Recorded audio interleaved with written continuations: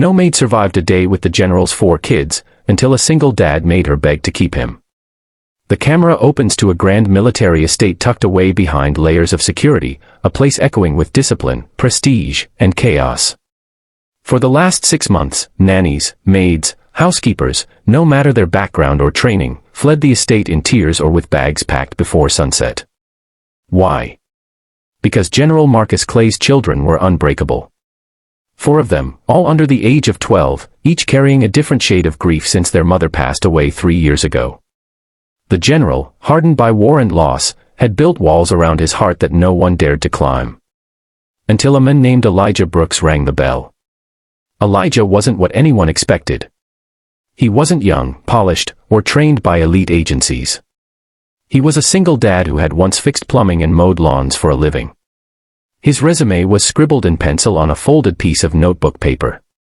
His only reference: a tiny, hand-drawn smiley face from his 6-year-old daughter, Zoe. But when the agency sent him as a last resort, the general shrugged. "Fine," he said. "Let him last an hour." He lasted more than that. And what he did in those first hours made everyone pause.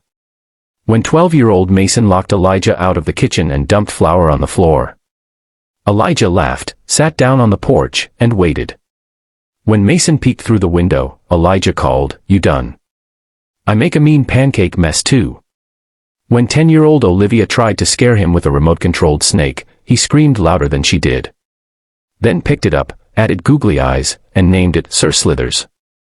8-year-old twins Noah and Nathan poured syrup on his shoes. He walked around the estate proudly, sticking to the floor, declaring, "I'm now a human fly trap. Don't get caught." The kids watched him like he was an alien. They waited for him to yell, snap, or leave. He didn't. By the end of the first week, the house was a bit messy, louder, but full of laughter. Not fake laughter, not rehearsed politeness. The kind of raw, innocent joy that had been missing since their mother's laughter died out in the hallways. The general noticed. From his office window, he saw Elijah teaching Mason how to fold a paper airplane. He saw Olivia whispering secrets into Zoe's ear. He saw the twins tackle Elijah on the lawn while he fake cried for help.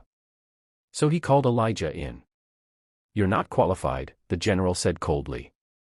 "Nope," Elijah replied. "But I am human. And what makes you think you can handle my children?" Elijah's eyes softened. "I don't handle children, sir. I listen to them. I remember what it feels like to be them." The general was silent for a long time. Then said, "Keep going. Until you break like the others." But Elijah didn't break. Because every bruise the kids left on his patience, he matched with a memory of his own daughter crying for her mother when she was barely 2. Every door slammed in his face reminded him of the years he spent picking up broken pieces of himself while pretending to smile for Zoe. He didn't see the general's kids as monsters. He saw them as lost. Like he once was. Weeks passed. And something shifted. Mason started reading again. Olivia stopped biting her nails. The twins built a birdhouse, without setting it on fire. Zoe, always quiet, found siblings she never had. And for the first time, the general came home to a house that didn't feel like a bunker, but a home. Then one morning, the unthinkable happened. Elijah packed his bag. He left a note that said, "Thank you for trusting me." He didn't want to overstay. He knew he had done his part. Or so he thought. By sunset, Olivia was crying.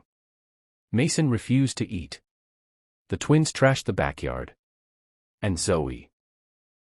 She just sat on the porch, staring at the driveway.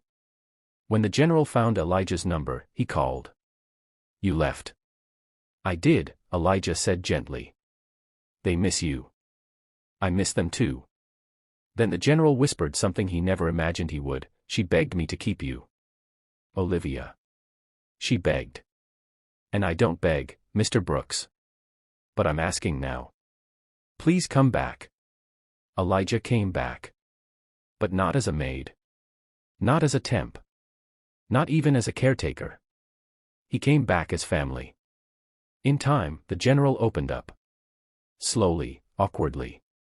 But he began sitting at the dinner table again. He learned to smile again, thanks to Elijah, who taught him not through lectures but through example. Through presence. Through love. The house that once repelled kindness became a sanctuary. The children who pushed everyone away learned to trust again. And a broken father who thought he had nothing left to offer, gave everything that mattered.